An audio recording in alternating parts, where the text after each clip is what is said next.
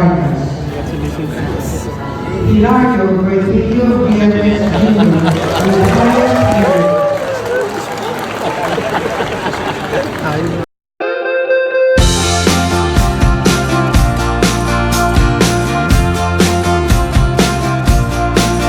Masayang ibinahagi ni It's Showtime host na si Jong Hilario ang pagkakaroon niya ng mataas na merits sa pagtatapos nito ng Master's Degree in Public Administration sa World City College.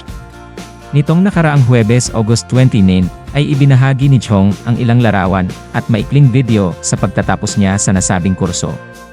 Sinamahan siya ng kanyang asawa, ina at anak na si Sarina na nagmartsa para tanggapin ang diploma nito sa kanyang alma mater sa graduation na naganap sa PICC Plenary Hall.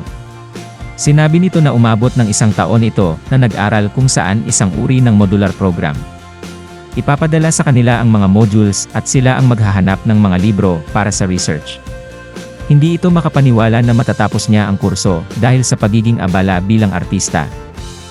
Host at konsehal ng lungsod ng Makati. Dagdag pa nito hanggang mayroong oportunidad na makapag-aral, ay kanyang sinasamantala dahil sa hindi ito habang buhay ay artista. Super proud naman si Sarina sa bagong achievement ng kanyang Daddy Jong.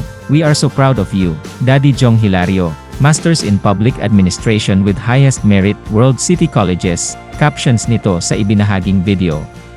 Bumuhos naman ng mensahe ng pagbati ang natanggap ni Jong mula sa kanyang mga followers at kaibigan sa industriya.